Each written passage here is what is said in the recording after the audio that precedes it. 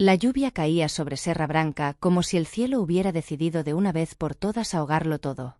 No era una lluvia delicada ni caprichosa, sino la clase de tormenta que borra los colores del mundo y convierte las calles en ríos oscuros que arrastran hojas, tierra y secretos hacia las alcantarillas. La clase de lluvia que hace que la gente se encierre, apague las luces y agradezca que hay paredes entre ellos y el mundo de afuera. El pueblo dormía desde hacía horas. Los faroles de la calle principal parpadeaban con el viento que venía del cerro, con ese aullido bajo y persistente que los viejos de Serra Branca llamaban el quejido de los muertos, porque no tenían otra manera de explicarlo y porque los nombres que la gente le da a las cosas que no entiende siempre tienen algo de verdad escondido adentro. Era casi medianoche del jueves cuando Isabella Drummond escuchó los 3 golpes en la puerta trasera de su farmacia. Débiles, espaciados, con ese ritmo particular de quien está agotando sus últimas reservas de fuerza en el acto mismo de pedir ayuda, como si golpear más fuerte fuera reconocer una necesidad demasiado grande para cargarla. Llevaba 2 horas sola haciendo el inventario mensual, ese ritual silencioso y meticuloso que ella había convertido en su manera de no escuchar el ruido de una casa vacía. Ese movimiento cuidadoso entre anaqueles llenos de frascos ordenados con la misma precisión con que ordenaba todo en su vida, con la necesidad casi física de que al menos un espacio en el mundo siguiera exactamente las reglas que ella establecía. La luz amarilla del cuarto trasero creaba sombras largas entre los estantes de madera oscura, que con los años habían absorbido el color de todo lo que guardaban. El olor de la farmacia, esa mezcla particular que combinaba el antiséptico con las hierbas secas y con algo más difícil de nombrar, algo que olía a ayuda, a alivio, al miedo de la gente transformado en confianza cada vez que cruzaban esa puerta. Llenaba el espacio con la familiaridad de una cosa que le pertenecía de la manera más completa.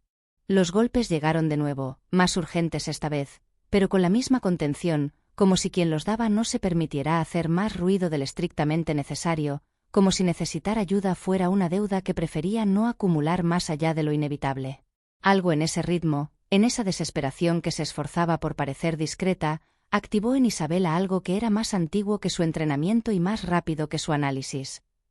El instinto de quien ha pasado 10 años siendo el último recurso disponible para una comunidad que a veces no tenía otro a 40 kilómetros a la redonda. Cerró su cuaderno sin pensarlo 2 veces, caminó hacia la puerta trasera con el corazón latiendo un poco más rápido de lo que su mente estaba dispuesta a admitir y abrió. El viento frío entró antes que cualquier otra cosa, trayendo consigo el olor a tierra mojada, a petricor y a algo más que tardó un segundo en llegar a su conciencia, porque su mente, entrenada en la objetividad de las cosas verificables, se resistía a aceptar la evidencia inmediata. El hombre estaba tirado en el escalón con el cuerpo doblado a medias sobre sí mismo, el rostro cubierto de marcas oscuras que la lluvia había corrido parcialmente hacia sus mejillas como pigmento disuelto en agua. Sus ojos, esos ojos que ella vería muchas veces después en sueños y en los momentos desprevenidos entre una cosa y la siguiente, la miraban desde abajo con una expresión que mezclaba el alivio con algo que parecía vergüenza, como si haberla encontrado le pesara más que las heridas mismas, como si necesitar a alguien fuera la parte más dolorosa de toda la noche. Isabella, que había sido entrenada para salvar vidas mucho antes de aprender a proteger la suya propia, no lo pensó 2 veces y lo jaló hacia adentro. Isabella tenía 34 años y una vida construida sobre los escombros de lo que su madre había elegido ser. Había crecido en esa misma casa de Serra Branca, viendo cómo una mujer hermosa, inteligente y llena de posibilidades se iba disolviendo año con año en torno a un hombre que no la merecía, perdiendo sus opiniones primero, luego sus sueños, y luego hasta el tono particular de su propia voz, apagándose tan gradualmente que nadie en la familia alcanzó a ver el momento exacto en que dejó de ser una persona completa y se convirtió en el reflejo de alguien más. Esa imagen se había grabado en Isabella, en algún lugar debajo de las costillas, con la precisión de una cicatriz que no duele siempre, pero que nunca desaparece. Cuando a los 18 años tomó el primer autobús hacia Horizonte con 2 maletas, una beca y la determinación de no voltear, se prometió a sí misma con la solemnidad que solo tienen las promesas que uno se hace cuando todavía es lo suficientemente joven para creer que las promesas cambian la realidad. Jamás permitiría que el amor la borrara. 6 años después regresó con su título en farmacia y química, con una colección de relaciones que habían terminado precisamente en el momento en que empezaban a pedir algo que ella no sabía cómo dar sin perder el paso, y con la certeza tranquilizadora de que Serra Branca la necesitaba de maneras concretas y verificables, de maneras que nunca le iban a exigir más de lo que ella podía dar sin convertirse en alguien diferente. Su farmacia se convirtió en su reino y en su propósito más claro. Era el lugar donde la señora Conceicao llegaba cada 15 días con su diabetes mal controlada y su terquedad legendaria, la cual Isabela respetaba en secreto aunque le exasperara en lo visible, y donde se sentaba con ella durante 20 minutos largos explicando, con una paciencia que no le sobraba para casi ninguna otra cosa, porque los tés de la vecina no sustituían la metformina ni hacían el trabajo de las enzimas que ya no funcionaban como debían. Era el lugar donde los jóvenes llegaban con vergüenza en el cuerpo y preguntas que no se atrevían a hacerle al médico más cercano, que quedaba a 40 kilómetros de distancia y cuya agenda estaba llena con 3 semanas de anticipación, y donde ella respondía sin juzgar, con la misma claridad directa con que leía una fórmula química, porque la vergüenza no curaba nada y la información sí. Era el lugar donde ella era completamente necesaria y completamente entera, y había decidido que eso era suficiente. Su vulnerabilidad más honda era algo que no admitía ni en los momentos más honestos que tenía solas con ella misma. La soledad que se había instalado en su vida con una paciencia tan superior a la suya que ya no reconocía con claridad dónde terminaba la independencia que había cultivado y dónde empezaba el vacío que llevaba creciendo sin que nadie lo supervisara. Su miedo más secreto, el que guardaba bajo llave en el lugar de sí misma que menos frecuentaba, era descubrir que en el fondo era exactamente igual a su madre, que tenía dentro la misma capacidad de perderse completamente en alguien si alguna vez bajaba la guardia el tiempo suficiente para que algo entrara. Pero había en ella algo que esos años de autoprotección habían afilado hasta convertirlo en su rasgo más poderoso. Una capacidad casi clínica, casi quirúrgica, para ver lo que la gente intentaba esconder detrás de lo que mostraba. El hombre dijo llamarse Rafael. No ofreció apellido. No elaboró sobre cómo había terminado en el escalón de su puerta trasera en medio de una tormenta de medianoche. Las pocas cosas que dijo sobre sus heridas no cuadraban entre sí de ninguna manera que Isabela pudiera organizar en una narrativa coherente, y sus respuestas llegaban un segundo tarde, con esa demora mínima pero consistente de quien está traduciendo desde otro idioma, que es su idioma real de pensamiento, antes de producir las palabras en el idioma de la conversación. Isabela lo curó y lo suturó con la eficiencia automática de alguien que actúa antes de sentir, limpiando cada herida con movimientos precisos que durante 10 años había practicado en condiciones peores. Solo cuando él se quedó dormido en el sofá improvisado del cuarto trasero, y el silencio de la farmacia después de medianoche se instaló alrededor de ella como agua llenando un espacio, Isabela se permitió pensar en lo que había notado durante la curación. En ningún momento, con ninguna de las heridas que había atendido, la sangre de Rafael había coagulado de manera normal, y su temperatura corporal era fría. No la frialdad de alguien que llevaba horas expuesto a una tormenta, que habría sido una frialdad superficial y distribuida de manera particular, sino algo diferente, más constante, más profundo, una frialdad que venía de adentro hacia afuera, como si su cuerpo tuviera una temperatura basal completamente distinta de la de cualquier persona que Isabela hubiera tratado en 10 años de trabajo. Apagó la última luz, se quedó un momento en la oscuridad escuchando la lluvia y la respiración lenta del hombre dormido. Luego fue a su habitación y se quedó mirando el techo con las manos cruzadas sobre el estómago, construyendo hipótesis y descartándolas una por una, buscando la explicación más simple que cubriera todos los datos disponibles, hasta que el agotamiento fue más grande que la curiosidad y el sueño la alcanzó sin que ella lo decidiera. En los días que siguieron, Rafael se recuperó con una velocidad que no tenía ninguna explicación en ninguno de los libros que ella había estudiado ni en ninguno de los casos que había atendido. Heridas que habrían tardado semanas en cerrar para cualquier persona desaparecieron en 3 días con una eficiencia que Isabela observó con la objetividad medida de quien está construyendo un expediente antes de presentar conclusiones. Cuando se lo señaló con claridad directa, él respondió con una evasión tan elegante que Isabela tardó horas en darse cuenta de que había hablado durante 5 minutos sin decir una sola cosa que ella pudiera verificar. Intentó racionalizar cada anomalía con las herramientas que tenía disponibles. Genética inusual, alguna condición médica que no hubiera encontrado en la bibliografía, o el efecto compuesto de los medicamentos específicos que ella misma había aplicado. Pero lo que no podía racionalizar eran las noches. Cada madrugada. En algún momento entre la 1 y las 3 de la mañana, la sección trasera de la farmacia estaba vacía, el sofá perfectamente doblado, la cobija ordenada con la precisión de alguien que quiere dejar evidencia de que estuvo ahí pero que ya no está, y un silencio de cuarto deshabitado que era distinto al silencio de un cuarto con alguien dormido. De maneras que Isabela no sabría articular en términos técnicos, pero que su cuerpo distinguía sin dudar. Luego, antes del amanecer, Rafael regresaba. Ella lo veía desde la ventana pequeña de su habitación, cruzando el patio trasero con pasos que no correspondían al tamaño de su cuerpo, más silenciosos de lo que cualquier persona de su estatura debería ser capaz de ser sobre la tierra mojada y las hojas dispersas por el viento, con la expresión de quien está en medio de una conversación interna que lleva demasiado tiempo sin resolverse. Las primeras noches, Isabela fingía dormir cuando él volvía. Después de la tercera noche, ya no fingía. Se quedaba mirando el techo con ese pensamiento claro y constante de alguien que ya sabe la respuesta y que todavía no está lista para decirla en voz alta, porque decirla en voz alta la hace completamente real. Rafael resultó ser, en los espacios de conversación que se fueron abriendo entre ellos con la naturalidad gradual de algo que ninguno de los dos había planeado pero que ninguno de los dos detuvo, completamente diferente a todo lo que ella esperaba de alguien con ese nivel de misterio y ese nivel de evasión. No hacía preguntas triviales. No llenaba el silencio con ruido para que la incomodidad no se instalara. Cuando le preguntaba cosas sobre ella, había en su manera de preguntar algo que no era el interés superficial que Isabela había aprendido a reconocer y desviar en segundos, sino algo más lento y más genuino.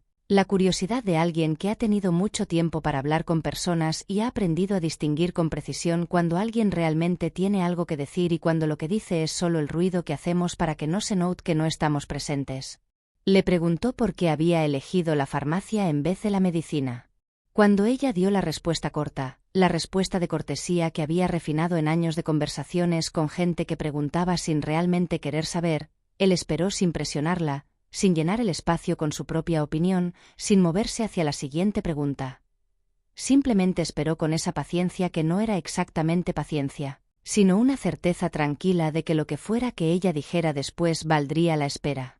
Isabela descubrió que eso era simultáneamente lo más incómodo y lo más irresistible que alguien podía hacer en una conversación, porque nadie esperaba así. Entonces ella dio la respuesta larga, la respuesta verdadera, la que incluía a su madre, al médico que nunca llegaba a tiempo y a la decisión de quedarse donde podía ser útil de manera inmediata y concreta, sin los filtros de un sistema que absorbía el tiempo entre la necesidad y la solución. Rafael escuchó esa respuesta completa con la atención de alguien que está guardando cada palabra en un lugar donde las cosas no se pierden, y cuando ella terminó, dijo algo breve y preciso que la hizo quedarse en silencio, porque era exactamente lo correcto y ella no había esperado que fuera exactamente lo correcto. Había momentos en que sus ojos se oscurecían. No era una figura retórica ni una descripción poética de una emoción intensa. Era un cambio visible y medible, una transformación en el iris que pasaba de un marrón profundo y cálido a algo más denso que cualquier marrón posible, algo que activaba en el instinto de Isabela, en esa parte de ella que era más antigua que su entrenamiento y más rápida que su análisis consciente, una respuesta de retroceso involuntaria, un paso hacia atrás antes de que su mente tuviera tiempo de formular una explicación para la orden que su cuerpo ya había ejecutado. Él siempre notaba cuando ella retrocedía y siempre respondía creando distancia adicional, moviéndose hacia la pared más lejana, mirando hacia la ventana o hacia el patio, dándole más espacio del que ella había pedido, como si supiera que lo que ella necesitaba en esos momentos era la libertad continua de seguir eligiendo quedarse. Isabela, que había pasado de 10 años aprendiendo a distinguir entre lo que hacía daño y lo que curaba, sentía con una claridad incómoda y completamente verificable que estaba en presencia de algo que era las dos cosas al mismo tiempo, que la dosis aumentaba cada día y que, aun así, ella seguía regresando por más. La verdad no llegó como una revelación dramática ni como el momento de confrontación directa que a veces imaginó que tendría que ocurrir eventualmente. Llegó un martes por la tarde, cuando la mochila de Rafael cayó del estante donde la dejaba cada noche. El libro que cargaba dentro se abrió en el suelo y los documentos que llevaba entre sus páginas se dispersaron en el piso de la farmacia con la indiferencia completamente silenciosa de las cosas que han llevado demasiado tiempo esperando ser vistas. Ella no estaba buscando nada. Estaba pasando entre los anaqueles, la mochila cayó, el libro quedó abierto, los papeles quedaron en el piso y sus ojos los leyeron antes de que su mente tomara la decisión consciente de hacerlo.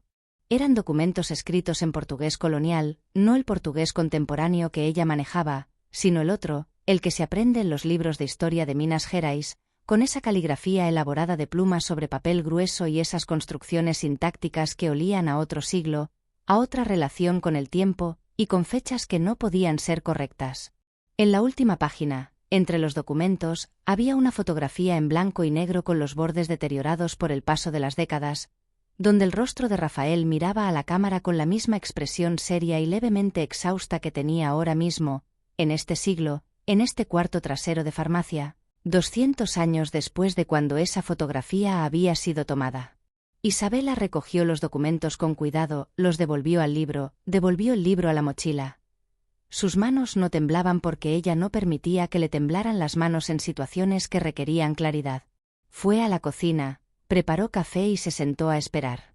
Cuando Rafael regresó antes del amanecer y encontró la luz de la cocina encendida y a Isabela con una taza de café que ya estaba completamente frío y el cuaderno de notas cerrado sobre la mesa frente a ella, supo, sin que ella dijera una sola palabra, que ya no había regreso posible al territorio cómodo de las preguntas sin respuesta y las evasiones elegantes. La conversación duró hasta que la lluvia paró y la luz gris del amanecer empezó a filtrarse entre las hojas del patio y los marcos de las ventanas. Rafael habló con la economía de alguien que ha tenido que contar verdades difíciles tantas veces que ya sabe con exactitud qué palabras sostienen el peso y cuáles se rompen bajo él, e Isabela escuchó con la atención de alguien que está separando los hechos de las interpretaciones, construyendo en tiempo real la arquitectura de una comprensión completamente nueva. 273 años. Nacido en Portugal, llegado a Brasil durante el periodo colonial por circunstancias que él describió con una vaguedad en la que ella decidió no presionar todavía.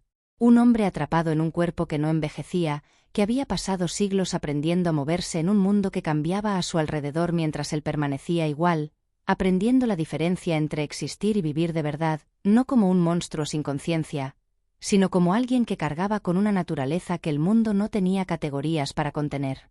Y estaba huyendo de una organización que se llamaba la Orden del Crepúsculo.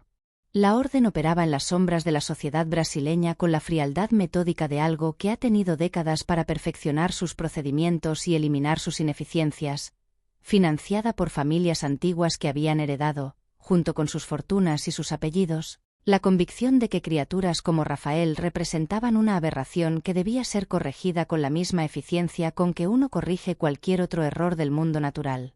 La Orden tenía cazadores distribuidos en las capitales y en puntos estratégicos del interior, y había seguido a Rafael durante meses con la paciencia de quienes saben que el tiempo está completamente de su lado. La emboscada que lo había dejado herido y solo en el escalón trasero de la farmacia de Isabela había sido organizada y ejecutada por ellos.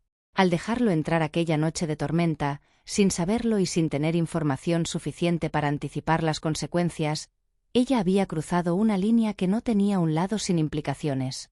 Isabela escuchó todo esto sin interrumpir. Cuando Rafael terminó, ella bebió el último sorbo de su café frío, puso la taza en la mesa con el cuidado deliberado de alguien que está ganando segundos para pensar antes de hablar, y le preguntó en qué escala de tiempo estaban operando y qué recursos tenían disponibles actualmente. Rafael la miró por un momento con algo en los ojos que en una persona ordinaria se habría llamado asombro. Le dijo que, en su experiencia, la Orden tendería a ser metódica y que tomaría entre 1 y 2 semanas en evaluar si Serra Branca justificaba una operación completa antes de enviar personal de manera formal. Isabela tomó su cuaderno de inventario de la semana anterior, lo abrió en la primera página en blanco y empezó a hacer listas. Pasaron 4 días más antes de que llegaran los primeros visitantes de la Orden, disfrazados de funcionarios de salud en una inspección rutinaria. Vinieron con documentos perfectamente falsificados y una historia que habría sido completamente convincente en cualquier otra circunstancia. Isabela los habría recibido sin dudar si no hubiera visto desde la ventana pequeña del cuarto trasero la manera en que el del traje azul revisó la calle hacia los 2 lados antes de cruzar hacia la puerta. Ese movimiento rápido y profesional de quien está verificando salidas y ángulos de visibilidad, no el movimiento de alguien que viene a revisar fechas de vencimiento en vitaminas. Los entretuvo con la frialdad de alguien que aprendió que el nerviosismo es información que no tienes que regalar, respondiendo las preguntas técnicas con la precisión de quien conoce su trabajo de memoria y dejando caer suficiente burocracia farmacéutica para que la inspección tomara más tiempo del que ellos querían invertir. Fue suficiente para que Rafael saliera por el patio trasero antes de que los visitantes llegaran al almacén. Lo que no fue suficiente fue lo que vino después. El líder de la orden llegó 2 días más tarde, solo, sin disfraz, con la cara de alguien que ya agotó su reserva de paciencia para las formas y que ya no va a invertir energía en parecer lo que no es. Se llamaba Gaspar Viana, tenía 60 años y los hombros de alguien que ha cargado algo muy pesado durante mucho tiempo y que ya se acostumbró al peso, aunque nunca se haya acostumbrado al dolor que lo origina. Se sentó en la silla frente al mostrador de la farmacia como si el espacio le perteneciera por algún derecho que nadie le había otorgado, pero que tampoco nadie le había negado, y le dijo a Isabela, sin preámbulos, ni rodeos, ni ninguna forma de cortesía operativa, que tenía 24 horas para entregar a Rafael o ser considerada cómplice activa de una amenaza a la seguridad pública. Isabela lo miró desde el otro lado del mostrador y le preguntó qué entendía él exactamente por seguridad pública. Gaspar habló durante 20 minutos con la fluidez de alguien que ha tenido esta misma conversación muchas veces antes con personas diferentes en pueblos diferentes, con el lenguaje frío y calibrado de quien ha convertido su postura en un sistema. Isabela escuchó con esa capacidad suya de separar capas, de distinguir qué viene del procedimiento aprendido y qué viene de la persona que está debajo del procedimiento. Lo que encontró cuando llegó al fondo no era exactamente lo que esperaba. Había una historia personal que Gaspar no estaba escondiendo, sino que la había envuelto en su misión de manera tan completa que ya no podía distinguirse la historia de la causa, ni el dolor original del propósito que lo cubría. Su hijo había sido transformado contra su voluntad décadas atrás, cuando la orden no era todavía lo que era ahora, incapaz de controlarse en las primeras etapas con una ferocidad que no era su naturaleza, sino la de algo que lo habitaba sin que él lo eligiera. Una pérdida que había dejado a este hombre tan completamente roto que la única forma que había encontrado de seguir moviéndose hacia adelante era convertir el dolor en propósito, en sistema, en algo más grande que el que justificara todo lo que había tenido que sacrificar para mantenerlo funcionando. Gaspar Viana era, en el centro de todo lo que lo rodeaba, un padre destrozado que había confundido la venganza con la justicia. Eso lo hacía implacable de una manera que ningún monstruo sin corazón podría serlo, porque su implacabilidad venía de un lugar de amor herido y no de la indiferencia. Pero también lo hacía vulnerable de una manera que un monstruo nunca sería, porque los lugares de amor herido siguen siendo lugares de amor, y el amor tiene fisuras por donde entra la luz cuando nadie está esperando que entre. Isabela le dijo que necesitaba las 24 horas para considerar su propuesta. Gaspar se fue y ella fue a buscar a Rafael. Esa noche, sola en el cuarto trasero de la farmacia con las listas en el cuaderno y los archivos de la orden que Rafael le había mostrado semanas atrás abiertos en la mesa bajo la luz amarilla que siempre había sido su luz de trabajo, Isabela enfrentó lo que había estado administrando con cuidado desde que ese hombre llegó herido a su puerta, lo que había mantenido a distancia con las mismas herramientas con que siempre había mantenido las cosas a raya, la racionalización, el análisis, el siguiente paso práctico y concreto que siempre llegaba justo a tiempo para impedir que ella se quedara quieta con lo que estaba debajo. Se había enamorado de Rafael, no de manera súbita ni en ningún instante que pudiera identificar y señalar con precisión en una línea de tiempo.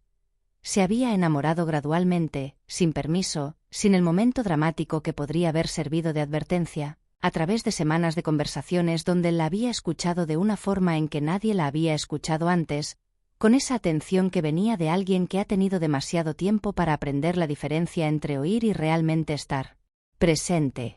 Se había enamorado de su manera de hacer silencio, de la forma en que nunca presionaba pero tampoco desaparecía, de la honestidad sin adornos con que hablaba de los siglos que llevaba encima, como si esa honestidad fuera lo único que le quedaba intacto y no fuera desperdiciarla en falsedades de ninguna clase. Era exactamente eso lo que la aterrorizaba con una intensidad tan física que lo sentía debajo de las costillas, en el lugar exacto donde vivían las cosas que más le costaban. No que fuera un vampiro, no la orden, ni el riesgo, ni la complicación práctica de todo lo que él representaba. Lo que la aterrorizaba era que por primera vez en su vida adulta sentía que estaba a punto de convertirse en invisible para sí misma por causa de otra persona.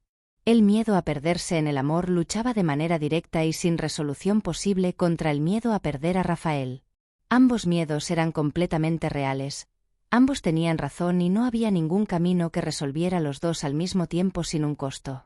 Estuvo en ese territorio sin salida hasta pasadas las 2 de la madrugada y entonces, en el silencio de la farmacia, con la lluvia invisible pero insistente en las ventanas y el olor de sus fórmulas y sus listas a su alrededor, notó algo que la detuvo. Estaba haciendo la pregunta equivocada.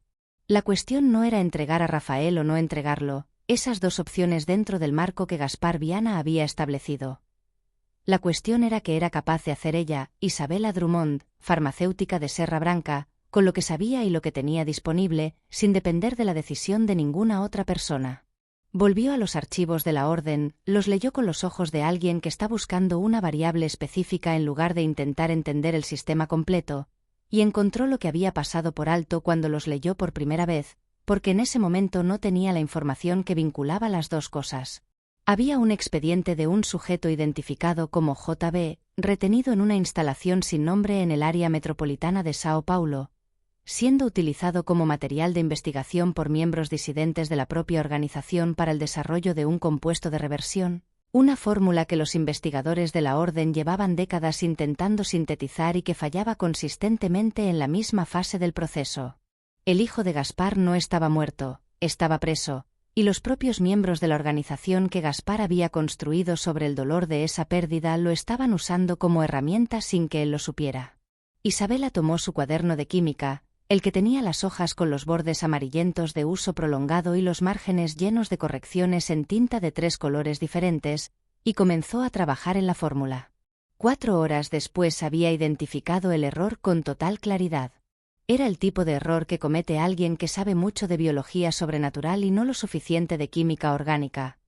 Un error en la fase de síntesis que invalidaba el compuesto antes de que pudiera completarse, y que ningún biólogo sin formación química profunda habría tenido las herramientas para identificar. Isabela, que había pasado 10 años trabajando precisamente en el espacio donde la ciencia formal y las necesidades reales de una comunidad se superponen de maneras que ningún manual anticipa completamente, vio la corrección con la claridad de alguien para quien ese tipo de problema era literalmente el idioma en que pensaba. Cuando el sol salió esa mañana, Isabela cerró el cuaderno, se lavó la cara con agua fría del lavabo, preparó café fuerte y tomó una decisión. Fue a ver a Gaspar Viana no para negociar ni para ceder, sino con información, con la única cosa que podía romper la lógica de un hombre que había convertido el dolor en un sistema cerrado, la posibilidad de que el sistema fuera innecesario. Llegó a su puerta a las 9 de la mañana con el cuaderno de química bajo el brazo y la documentación en una carpeta de plástico azul, y tocó 3 veces con la certeza completamente tranquila de alguien que no está a pedir permiso, sino anunciando una presencia que ya existe y que no va a dejar de existir.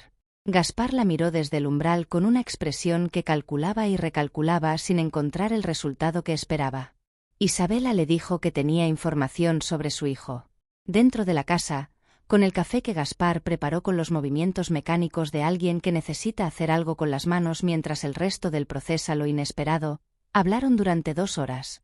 Al principio fue ella quien presentaba datos y él quien resistía con la resistencia de alguien cuyas objeciones vienen de décadas de dolor almacenado y no de la lógica en tiempo real. La clase de resistencia que no se derrumba con argumentos, sino con el peso acumulado de la evidencia que no puede ignorarse.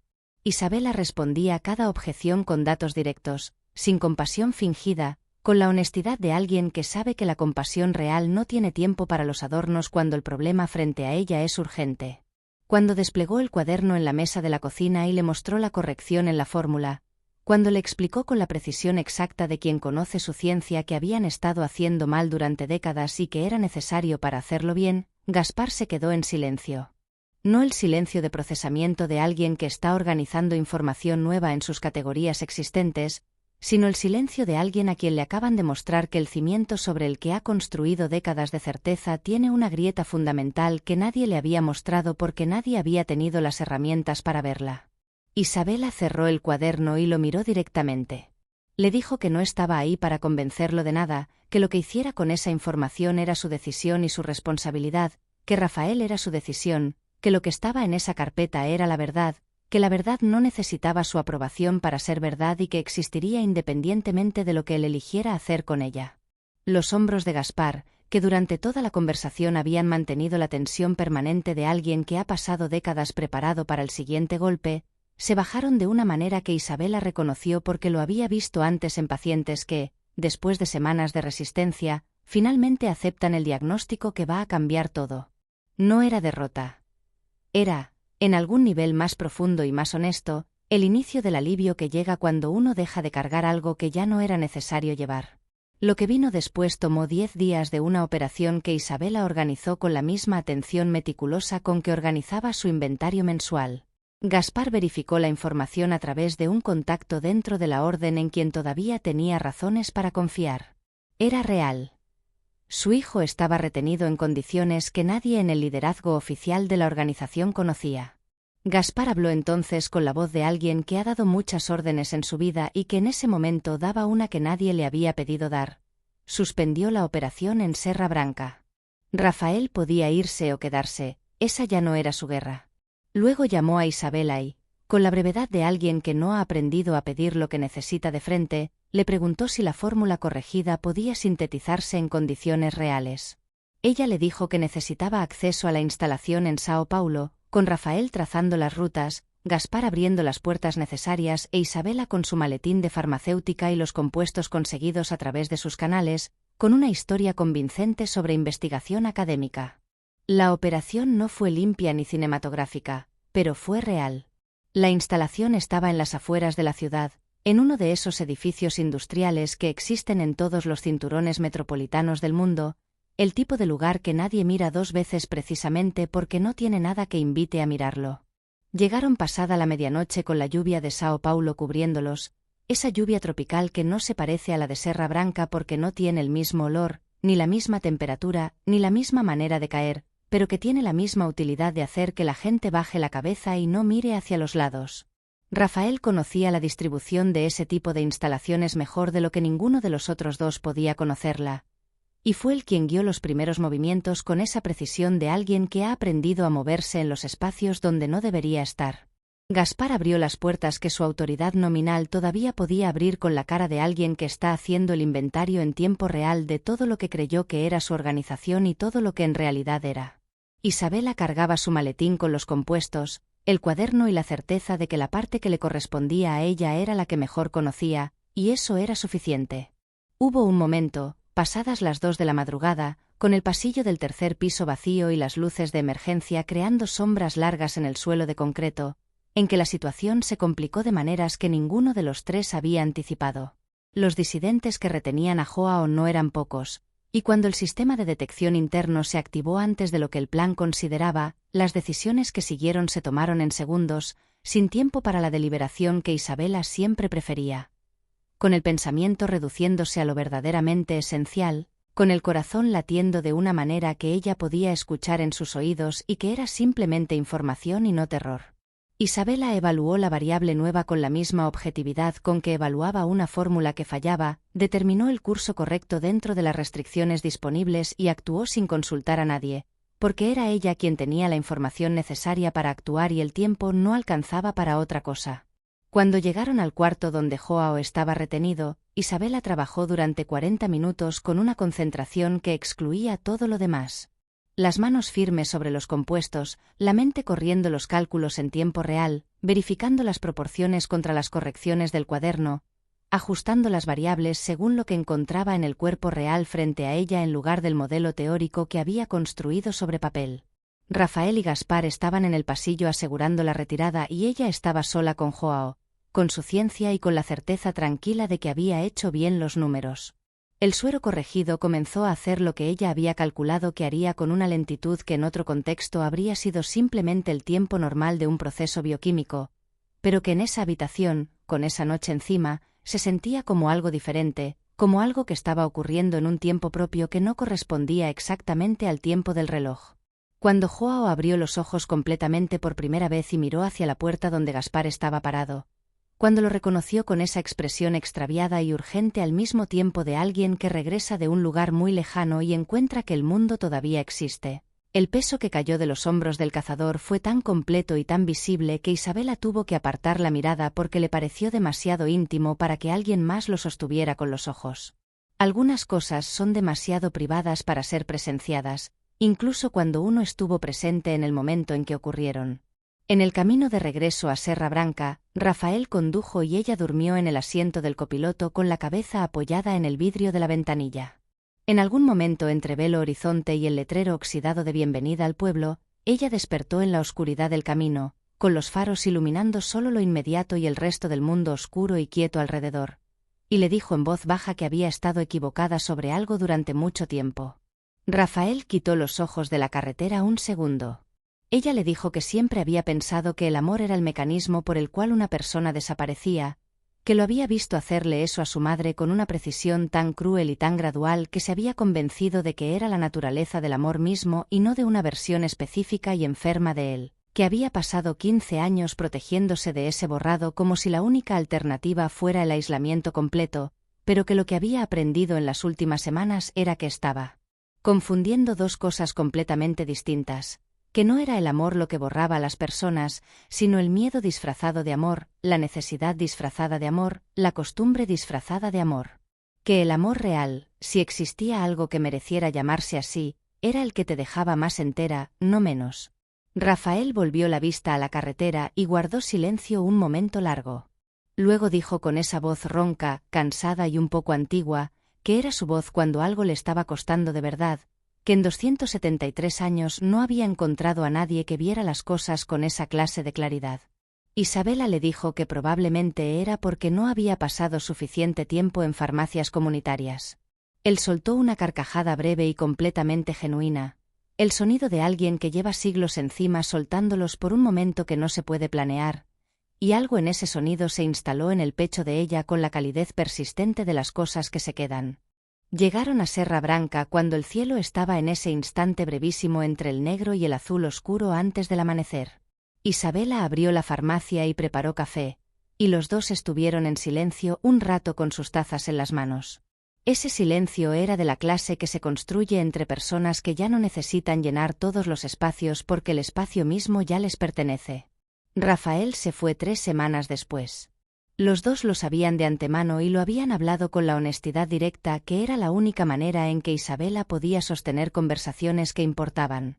La orden seguía existiendo más allá de Gaspar, y su presencia permanente en Serra Branca la ponía en riesgo a ella y a su comunidad de maneras que ninguno de los dos podía administrar. Por lo tanto, él tenía que irse, no con promesas imposibles, sino porque era lo correcto en ese momento específico, y los dos eran lo suficientemente honestos como para nombrarlo así, sin adornos. Tuvieron 3 semanas.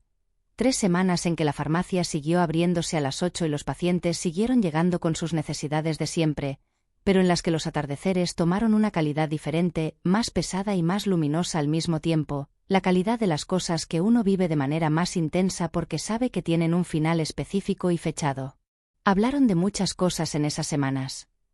Del Brasil colonial que él había conocido con la intimidad de quien lo vivió desde adentro, de la farmacia y de los proyectos que Isabela tenía para ampliarla cuando el municipio aprobara los fondos, de la señora Conceicao y su terquedad, que en el fondo era la forma en que esta mujer de 78 años se aferraba a la sensación de tener algo bajo control en un mundo que hacía tiempo había dejado de estar bajo su control, y de la soledad, que es diferente cuando es elegida a cuando simplemente te alcanza. Una noche, durante la segunda semana, Rafael le preguntó si tenía miedo de quedarse sola cuando él se fuera. Isabela pensó en la respuesta durante un momento genuino antes de darla, que era la manera en que ella daba las respuestas que importaban. Le dijo que no tenía miedo de quedarse sola, porque la soledad que vendría después sería completamente diferente de la que había tenido antes. Que la soledad antes era la ausencia de algo que ella no se permitía buscar, mientras que la soledad después sería el espacio entre una cosa real y la siguiente cosa real, y que ese tipo de espacio no estaba vacío, sino que tenía su propio peso y su propio valor. Rafael la miró de esa manera que tenía y le dijo que hacía más de 2 siglos que no escuchaba a nadie hablar de la soledad de esa manera. Ella le dijo que era porque la mayoría de la gente no tiene 10 años de inventarios mensuales en silencio para pensar en estas cosas. La mañana que se fue, Isabela lo acompañó hasta la puerta trasera de la farmacia, la misma por la que él había llegado. Se quedaron en el umbral con el cielo claro por primera vez en semanas y el frío limpio de la madrugada alrededor. Él la miró de esa manera particular que tenía, la que hacía que ella se sintiera como la cosa más notable que había encontrado en siglos, y le dijo que ojalá el mundo tuviera más personas que resolvieran los problemas con química orgánica y honestidad brutal. Ella le dijo que ojalá él hubiera llegado a su puerta en mejores condiciones. Se abrazaron, un abrazo largo y quieto, sin el drama que la gente a veces le agrega a las despedidas, como si el ruido pudiera compensar el peso de lo que se va. Cuando Rafael se soltó y caminó hacia la calle, y la oscuridad lo absorbió con la misma naturalidad con que siempre lo había hecho, Isabela se quedó en el umbral y no sintió el vacío que había temido toda su vida adulta que sentiría cuando alguien que importaba se fuera. Sintió algo más complicado y más honesto. La presencia completa de algo que había ocurrido, que era real, que la había cambiado de maneras específicas y verificables, y que no requería de su presencia permanente para seguir siendo verdad. Cerró la puerta y fue a terminar el inventario. Los meses que siguieron fueron externamente los mismos de siempre. La farmacia abría a las 3 de las 8. La señora Conceicao llegaba con su terquedad, su diabetes y la convicción de que sabía más que Isabela sobre su propio cuerpo. Los jóvenes llegaban con sus preguntas que no podían hacerle al médico lejano. La lluvia caía sobre Serra Branca con esa insistencia que era la marca del lugar, la manera en que ese pueblo específico tenía de recordarle a sus habitantes que el clima no les pedía permiso para nada. Gaspar llamó 2 veces. La primera para decirle que Joao estaba respondiendo bien al tratamiento, que el proceso era largo, pero que cada semana traía algo pequeño e irreversible hacia adelante. La segunda para decirle, con la brevedad de alguien que tiene mucho que sentir y muy pocas palabras disponibles para sentirlo en voz alta, que lo que ocurrió en Sao Paulo era algo que no se le iba a olvidar. Isabela escuchó en su voz algo que no había estado ahí en ninguna de las conversaciones anteriores, algo que era el principio de ser una persona de nuevo en lugar de solo una causa. Le dijo que cuidara a su hijo, y él dijo que sí, en el tono de quien ha esperado la oportunidad de decir eso y por fin puede. El cambio en ella no era la ausencia de soledad, era la relación completamente diferente que tenía ahora con ella, la manera en que podía mirarla de frente, sin el miedo de que mirarla de frente la agrandara. Ya no era algo que crecía en los rincones sin supervisión, esa soledad que se instala gradualmente cuando uno no está mirando y que un día es tan grande que parece haber estado ahí siempre. Era algo que ella podía ver, nombrar y decidir qué hacer con ella cada día de manera consciente. Había aprendido, de la manera más inesperada y a través del camino más tortuoso posible, que la independencia que había construido con tanto cuidado durante 15 años no era incompatible con la apertura, que podía ser completamente entera y también completamente abierta, que el amor que valía la pena no era el final de una persona, sino, en el mejor de los casos, la expansión de lo que esa persona ya era hacia territorios que no habría encontrado por ningún otro camino. Una tarde de martes, meses después, Isabela terminó su inventario temprano y salió al patio trasero. La lluvia había empezado hacía media hora con esa insistencia característica de Serra Branca, y ella se quedó en el umbral de la puerta trasera con los brazos apoyados en el marco y la cara hacia el patio que olía a tierra mojada y a cosas que vuelven. No esperaba a nadie. Era simplemente una tarde lluviosa en Serra Branca y ella era simplemente Isabela Drummond, de 34 años, parada en la misma puerta donde una noche había encontrado a un hombre herido y había tomado, sin pensarlo, la decisión que lo cambió todo. Había aprendido que el coraje no era la ausencia de miedo, sino la decisión de actuar de todas formas, que la independencia verdadera no era cerrarse, sino poder elegir cuándo y cómo abrirse. Que el amor que valía la pena era el que te mostraba más claramente quién eras, no el que te borraba. La lluvia olía a tierra mojada y a algo más, algo que no tenía nombre en sus libros pero que ella reconocía igual, la manera en que el mundo huele cuando está a punto de cambiar de nuevo. Isabela respiró hondo y dejó que el frío, el olor y la lluvia la llenaran completamente, y sonrió para nadie, para ella misma, para las versiones anteriores de sí misma que habían cerrado todas las puertas con la esperanza de estar a salvo. La puerta trasera de su farmacia estaba abierta. Ella también. ¿Tú crees que el amor verdadero puede transformarnos sin borrarnos? Si esta historia te llegó al corazón, no olvides darle un me gusta al vídeo, suscribirte al canal y activar la campanita para no perderte ninguna historia nueva. Cuéntanos en los comentarios qué fue lo que más te impactó de Isabela. ¿Hubo alguna decisión suya que no esperabas? Comparte este vídeo con alguien que ame las historias donde el misterio y el romance se mezclan de maneras que no puedes anticipar. Tu apoyo nos permite seguir trayendo historias como esta, historias donde el coraje es real e imperfecto y el amor cuesta algo verdadero. Suscríbete ahora y sé parte de esta comunidad. Nos vemos en la próxima historia.